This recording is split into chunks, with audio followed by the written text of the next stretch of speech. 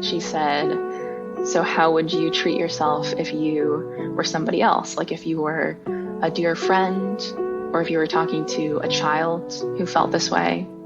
And I would like envision my little sister who, I think at the time she was 11. If I heard my sister tell me that she was going through this, I would want her to be more, I guess, okay with herself. And so it was kind of that framework that I've kind of taken with me. Tell me, what's the life? I've been feeling starstruck, seeing human love thrive in this really long dusk. Guess it's really all love, 7 billion of us, and I read the headlines. Tell me, what's the life? It's potlucks of violence, corn shucked to conscience, hot sauce, blood diamonds. Everybody pitching in force red with silence. We already ate up that cold bread. Hi, I'm Michael. And I'm Obasi. So, my friend Michael and I have come into adulthood watching our world become more and more polarized. From political polarization to income inequality to how we even define what is real. It feels like we need some type of meta solution, regardless of the issue. Like, how do we come back together? How do we reconcile? What does it look like to make peace? And at the same time, the world hasn't literally fallen apart yet, so people must be making peace on some level. So that's where we want to start. We want to learn who's making peace and how we can apply that to the rest of our world. So join us as we try to find everyday peacemakers and learn what peacemaking means to them. Each episode, we'll learn one principle of peacemaking from our guest. These are featured as a growing tribute to our guests and their wisdom at principlesofpeacemaking.org. Today we're hearing from Diana, a friend of ours who tells the story of her relationship with herself, her body, and eating. She talks about a loudness within herself and the ways in which noticing this loudness and allowing it to be heard led to her making peace with herself, which leads to this episode's principle of peacemaking. Notice the loudness.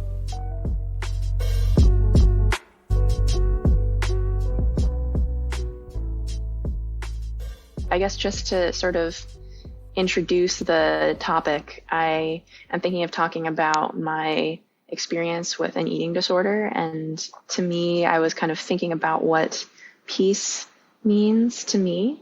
And when I think of peace, I think of quiet, I guess, and sort of that calm feeling that you have. And so the biggest experience I had of like loudness, I guess, was going through an eating disorder and having these like conflicts with myself. And I also wanted to kind of, as a disclaimer, just say, in case there is anybody like listening, I was going to try to avoid like triggering language. So for me, that means like avoid talking about specific weights or like going into detail about what kind of habits I was doing, I guess. But so I wanted to tell you guys that, and you're also welcome to ask any questions that you want. And I just so you know, if I end up being vague about certain things that I don't want to talk about, that's the reason. But I just wanted to tell you before we get into it. Yeah, and also feel free to let us know if we've asked something that used some sort of triggering language. Totally. And then it can also, be different for different people. So yeah, right. I appreciate it. Definitely when I was a kid, I knew that I was bigger than other kids. And I think part of that was that I was tall. And I was also like heavy, which I knew from like doctor's appointments and things like that.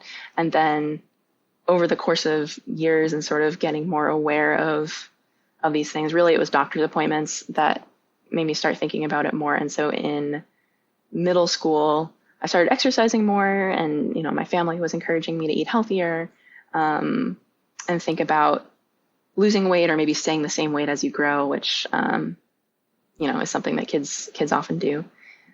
My dad and my brother and I were kind of as a bonding activity, we would weigh ourselves regularly and sort of like track our progress, because my dad was trying to lose weight, and my brother, I guess, was sort of, I don't think he was trying to lose weight, but we were just kind of all being more conscious of these things together. And I remember that the first time I weighed myself with the intention of kind of doing this over time, I was disgusted, I guess, by the number that I saw on the scale. And I remember saying to myself, like, that I'm never going to let myself go back to weighing that much again. And that was kind of the start of my, like, I guess when we talk about quietness and loudness, that was kind of the start of my maybe anger or like dissatisfaction at myself and at my body. And so I started making rules for myself, following certain rules. I know a lot of people talk about willpower and weight loss and how it's so hard for me to give up certain foods. And I didn't feel like I had that problem. I felt like I could, just decide that I wasn't going to eat certain things. And I started following like a pretty restrictive diet. There were a lot of foods that I wouldn't eat ever. And I lost several pounds. I stayed, at a weight that was lower. I felt good about it. And I remember feeling like maybe I wasn't thinking about food that much. And like food is just fuel, like you see in a lot of like fitness people's forums. And it was definitely like a positive thing for me. It wasn't that stressful. There were definitely times when I remember I did this like challenge with my dad where we decided that I kind of forget like if it was that all of these things were cut out or like we would only eat these things, but the end result was that we were kind of both doing this very restrictive diet together. And I think we had like a bet going for who could do it longer. And it was like a fun challenge. And so I remember going to a sleepover at a friend's house, and they were having pasta for dinner. And I was like, oh, well, I'm doing this thing with my dad where I can't have the pasta. So like, can I just have, is there anything else that you have? And like, we looked at her fridge together, and I ended up having like these ham and cheese roll-ups that I made. Like she had cold cuts, and I would just have that. And obviously that's like not, to have just like one slice of ham is not a lot of food. So I remember like having that, and then an hour later getting like really hungry again, and then having more of that. And I just remember being so hungry. But that was more when things were more, I guess, well adjusted, and before things got a little bit worse.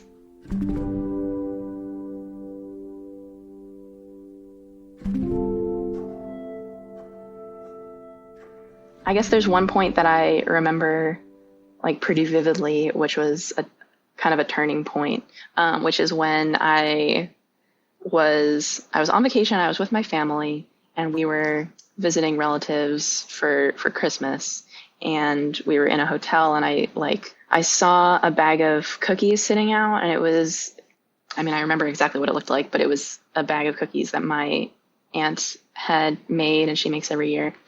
And interestingly, I don't even love these cookies, so when I think about it, it's like kind of telling that it wasn't that I really wanted them or anything.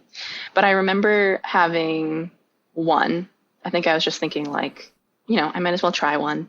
And I guess I don't really need to get into the details of it, like everything that happened, but that like one cookie led to me eating a lot that night. And it's not that was like the first time that I had a lot of food. Like, all of my friends from growing up, and also all my friends now, know that like I eat a lot of food, but it was like, I think that's one of the first times that I remember sort of being compulsive in this, like, I'm going to try to eat as much as I can.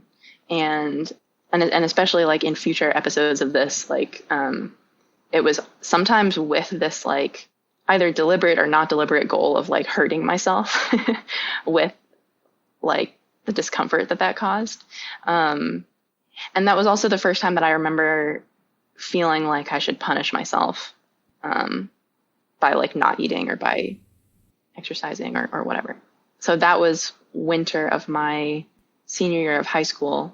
So this phase that I'm thinking of as like the worst phase was my senior spring in high school, and then also my first semester of college, my freshman fall, where there was basically, I would start the day telling myself that I had to make up for the previous day's binge, I guess, although I don't really think of it that way. But and so today I'm going to, not eat or like exercise a lot or whatever. And I would make rules that I think were like stricter and a little bit more like, whereas before it's okay if you're at a party and you have a piece of pizza, it was not I didn't feel like it was okay anymore. And then often after like following all these rules very strictly over the course of a day, maybe late at night, I would have kind of a shift in attitude and I'd be like, what the hell? And maybe break the rules. And specifically, it wasn't just like having one cookie or whatever, but I like specifically wanted to break the rules so spectacularly. It was kind of like I wanted to get back at myself, at the part of myself that had made the rules in the first place. So I would do that. It would be quite unpleasant emotionally. And then afterwards, I would be like really, really upset because I would be in like physical pain, first of all. And then also because there was this sense that I was working towards something and I had just like ruined everything, that I had like ruined all the progress that I had made over the course of the day.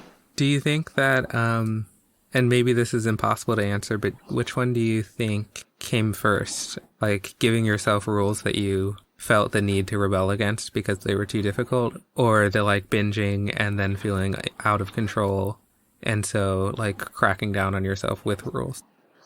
Yeah, that's a good question.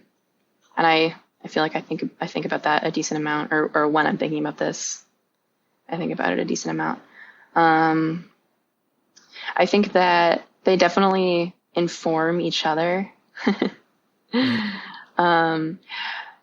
I was going to talk about this more, that like I sort of felt like there were two versions of me. Like there was in the worst like period, there was a version of me that was like almost like a mad parent, like getting mad at myself for having eaten too much the day before, or for not having the body that I wanted, and as like a punishment, I should, whatever the case may be, like not eat at all, or like exercise until I've burned this many calories, or exercise for this amount of time.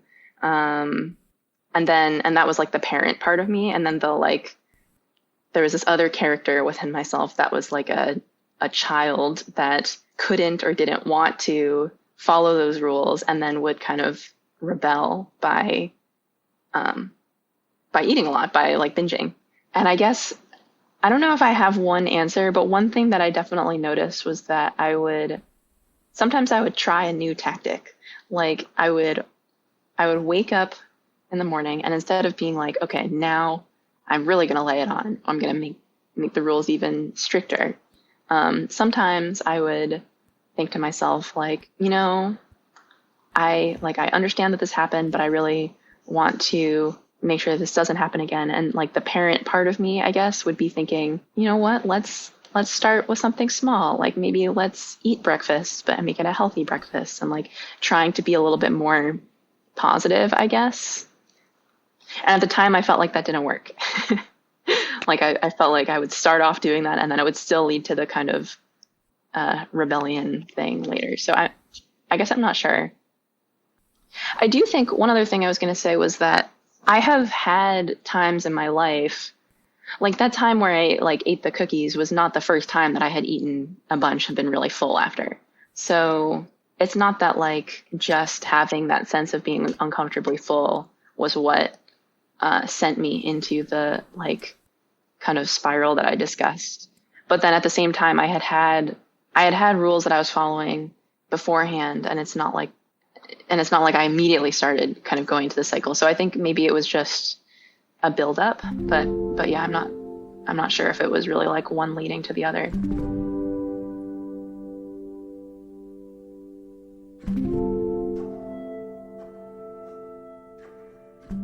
I didn't think that I had an eating disorder because I wasn't like skinny, and I wasn't, I don't know, like starving yourself for weeks, and I never made myself throw up, which I think would have made me think that maybe I did have an eating disorder. So I think what changed was that there are two conversations, I guess, that led me to get help and get better. One conversation was, there was a teacher in my high school who I went into her office, and I don't really remember exactly what we talked about, except that I was crying for a lot of it. And, I think I kind of said that there was something going on with like my relationship with food or with my body. And the biggest thing that I remember her doing is saying, that I was doing the right thing by talking to her about it. And she also like validated real hard, like that she knew that it can be really painful to like sit down next to someone and be comparing the size of your thigh to their thigh. And like, I remember her saying that and being like, oh my God, that is exactly what I do all the time. And it just felt good to like, I had told a friend of mine that I thought that I might have some like problem. And that friend had been like, I don't really think you do. And so to hear somebody say like, no, this can be really unpleasant and you're doing the right thing by talking to me, that was big. And then I think that led me to feel more comfortable when in college I ended up reaching out to this student who was a senior, and she had told this story at orientation about her experience with an eating disorder. And so I reached out to her saying like, oh, I don't know if I'm going through something similar, but like, do you want to talk?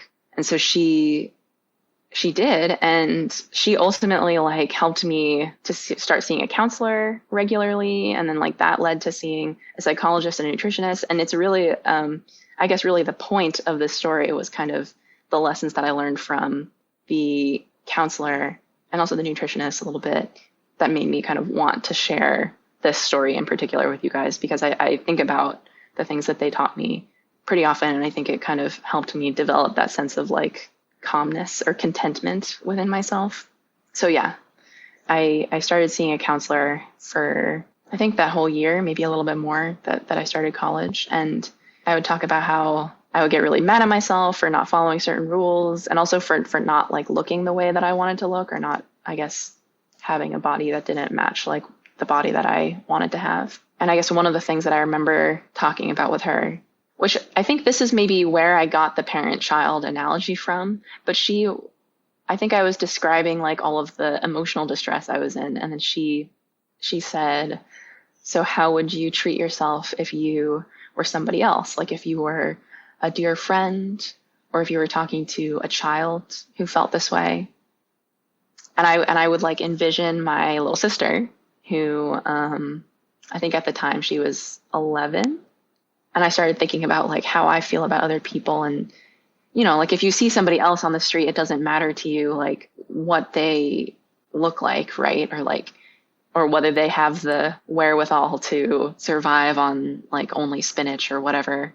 You know, of course, these were like my goals at the time, but I was thinking like if I heard my sister tell me that she was going through this, I would be like, I would just feel bad, I guess, for her. And I would want her to be more, I guess, okay with herself. And so it was kind of that framework that I've kind of taken with me. And I feel like it has also helped me when I think about other challenges too. Like sometimes if I'm like sensing that kind of pain in myself, or just if I'm, you know, upset or angry, I'll like literally go to a mirror and talk about how I'm feeling, and then respond as if I'm like the supportive friend.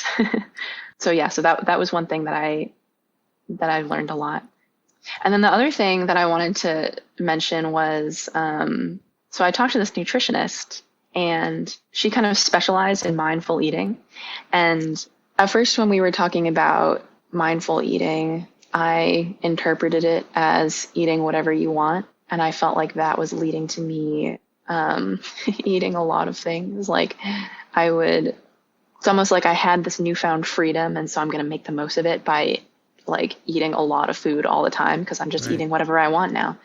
And that was based off of this assumption that whatever you want means everything that's against the rules before. And so I think over the course of kind of talking to this nutritionist more, I started thinking of it more as I sort of listened to the child inside me. And I feel like I've gotten pretty good at understanding, like, or maybe asking that child follow-up questions like, okay, you're saying that you're hungry. Is it that you need food, or is it that you are kind of bored and would like a snack? And if it's that you need food, that's okay. And if it's that you're kind of bored and would like a snack, that's okay. Is it that you really need, like, are you craving this particular thing? And especially that will happen to me sometimes where I feel really hungry, but I also can feel that I don't really want anything except for peanut butter. And so I think even broader than intuitive eating, I've been thinking about it more in terms of like, one's relationship with oneself. Because I do think that like my dissatisfaction with myself was what led to those strict rules in the first place. And I think relaxing my relationship with myself a little bit more was what allowed me to listen to that child part of me a little bit more and be more intuitive, if that makes sense. And in terms of cultivating peace within myself, I think the biggest thing that I learned from her, she gave me kind of a homework assignment where I was supposed to take a deep breath before I started eating. And maybe it was supposed to last like 3 seconds or 5 seconds or something. And, you know, I guess I had maybe described this to her already, but sometimes I have this like fight or flight activation when I am getting food or when I start eating. And I still notice that I have it now. And I think maybe that sensation started because I like eating and I was like excited to have food. But I think it also contributes to like my feelings when I'm in the middle of kind of a binge and like feeling like I have to eat as much as I can. And so I think one challenge was just noticing when I'm having that feeling, which took a really long time. But over time, I think the ability to notice that became a little bit more of something that I was aware of. And then the next step was noticing and then also being able to just take a deep breath. And, you know, sometimes that didn't help, but sometimes it did. And that's a big thing that I still do that if I notice myself, if I notice that I'm particularly activated. And, you know, I mean, like I learned other tricks from them, like more than just those ones. And of course, there was also a lot of like talking through my mindsets about myself and thinking about my relationship with myself. And I guess at the time, it sort of felt like nothing was working and I was just going through the motions of doing this. But over the course of months and years, I started noticing that I wasn't falling into that same cycle anymore.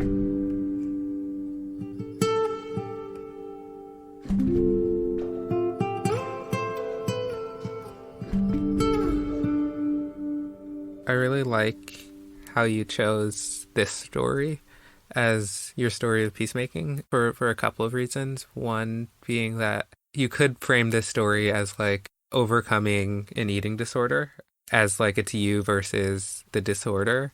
But I think that it is more realistic to view it as a story of making peace with yourself, because when you make peace is never, you know, finished. It's a like state that you cultivate and that you hopefully stay in, but it's not a thing that you accomplish and you're done. And I think that it's really cool to think of any sort of, you know, disordered thinking as a question of being at peace with the self.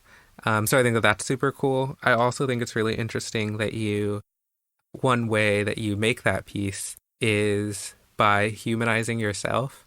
So by like looking at yourself in the mirror or thinking about how you would respond to yourself if you were somebody else, like a different human that you can see as human.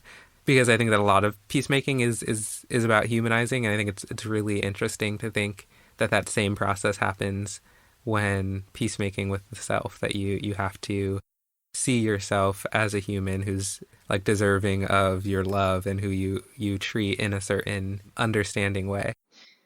Yeah. I definitely felt like the seeing yourself as a deserving human was kind of big. Like I think that first conversation that I had with my teacher was very like, I keep using the word validation because like, of course, I majored in psychology and then I volunteered at a suicide hotline and now I'm in medical school. And like we learn in all of these places about, you know, empowering people and telling them that like, yes, the way that you're feeling is important and real.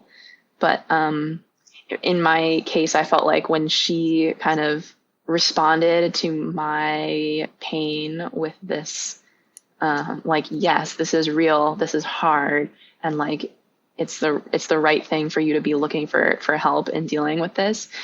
I think that was kind of, but before that point, I hadn't really been seeing myself as the person that you're describing, like seeing a person that is worthy of feeling better than they are. And I was wondering, so I agree with Obasi that I love this story, and what I really appreciated and found really interesting was your you're marking this is a conversation that was a catalyst for change. And I found that really interesting. And I was trying to think about it in terms of quiet and loudness. And particularly in that conversation with the teacher, you said that you had talked to a friend who was kind of like, I don't see it. And this teacher was like, I see it. And in terms of loudness, if you're trying to say there's something loud in me, it's I hear it. And the teacher said, I hear it. And I'm wondering if we could say, you know, moving from your story to thinking together about what peace is, if we could say that for you, one of the first sources of peace was outside. I think that's right. I think it's like the way that I felt at the time was I had this kind of bubbling, loudness inside me. And I remember texting my best friend as kind of an attempt to, it's almost like if you have like a boiling pot of water and you want to like pour a little bit into another pot just so it doesn't boil over. You know what I mean? Like Right. I was sort of trying to give some of it to her. And you know, she was one of my best friends for a really long time. And, but in this particular moment, she sort of said, no, thank you. Or no, I disagree that your pot is boiling. And so that just, I remember like my reaction to that, like I almost felt like it was even louder inside me after having that conversation. And so to have exactly like you said, that like external person saying, yes, I hear you.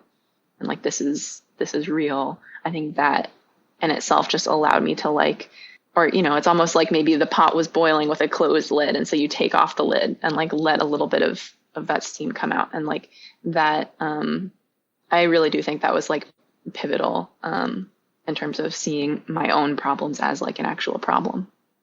When you first said that you think of peace in terms of quietness and loudness, that struck me as different from how I thought of peace, because I think that a lot of times, you know, like even like with the George Floyd protests, there's a type of peace or something that looks like peace when things are quiet, and then there's a type of peacemaking that is really loud, where people like come together and start shouting, and I think that's part of the process of peacemaking. And it was like difficult for me at first to understand how, I mean, because of course peace is calm, so peace is quiet, but how those things fit.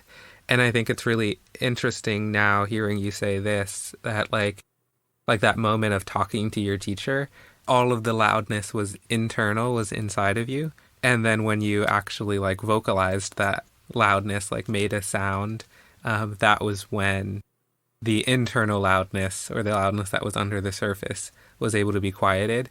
You said that like you just started to think about it less and less, that it became less of an issue over the course of months or years. There's this sense of like this urgency and this loudness where like inside of you, this was something that you were, that your mind kept bringing up, and that was like a constant like noise in the back of your mind. And then the peace that you get now is it comes from vocalizing that noise, but it becomes a piece of there is no longer this noise. And I find that just really, really interesting, the idea that loudness can be on the inside. I don't know if you've seen this quote that's been circulating about racism. It's from Toni Morrison. I just Googled it. The very serious function of racism is distraction.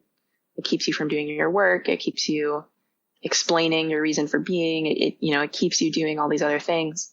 And I think that's sort of how I think about the idea of like loudness and / noise versus quiet, because I totally agree with what you were saying about like the Black Lives Matter protests and the protests over George Floyd's death. Like, I think physically making noise is of course very important, but I think the bigger noise is the racism that led these things to happen. So in terms of my internal noise that I had inside myself, that's like the constant noise that a lot of people experience all the time, that like stops them from doing the things that they might be doing if we lived in a perfect world where there wasn't any racism at all. Just, to also comment on Abbasi, your last point, I liked the analogy with the Black Lives Matter protests, because you do see that loudness, that's not getting heard. It's like the no thank you, I don't hear it, or I don't see it, like Diana said with the boiling pot. And that made me think about if the source of peace had to, start from outside of saying I hear it, then maybe the path to peace was relationship, and that this idea of, talking to yourself in the mirror and having these ways of humanizing yourself, it's also like ways of being in relationship with yourself. And with the Black Lives Matter protests, there's kind of this block to being in relationship with the rest of society, which goes back to having a social contract with the society or not. But I'm just thinking about what we've talked about and these ideas of having this kind of external source of I hear your loudness and finding ways of coming into relationship with yourself. And I'm thinking about if someone were listening and were kind of at the beginning of their own journey of quieting the loudness and not silencing the loudness, but finding some sort of peaceful quiet towards it, where would we, and particularly you, Diana, recommend they start? Yeah. I mean, I think that this is kind of where that noticing comes in. Like for me, the first step was noticing when I was in a certain mental state and like hearing the loudness within myself, or maybe feeling my heart pounding. Or I remember like there was a moment when I was in college and I like had some food that was off limits. And I remember noticing the moment when it became like, okay, this is going to be like an episode or a binge or something. And I think that skill that I later learned was noticing those moments and then maybe taking a deep breath and slowing down in them. But I think the first step is noticing, because, noticing that there isn't peace right now. Because at least for me, it was really hard to notice until after I was like really upset. And I really think that the most important fundamental step, which took like a long time for me, was being aware of that internal noise level and being able to at least reflect on it. And then later, once I had kind of become more able to do that, I could maybe sometimes interfere. But I think noticing the conflict was the first thing that happened to me, and is also, maybe it does also relate to kind of external sources of loudness as well. Tell me what's the life? I've been feeling starstruck, seeing human love thrive in this really long dusk. Guess it's really all love, 7 billion of us, and I read the headlines.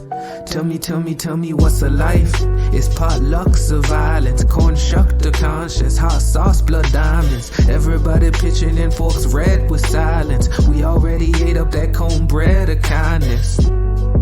Or it's something in between. We got stories in our stories, knowing stories what it seems. As we stumble, as we fall, we watch each other and we scream. If our weakness is our glory, it's more glory to be seen.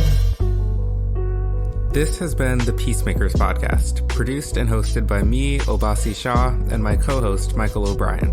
The intro and outro song, What's a Life, is by me and produced by Eerie Skies. The interludes are produced by Gabe Gladstein of the pop duo Running On Everything. If you liked this episode and want to reflect more, come visit our website at principlesofpeacemaking.org, where you can find more of our content and information on how to support us. Our guest today was Diana Smith. Thanks, Diana. And thank you for listening. Now go and make peace.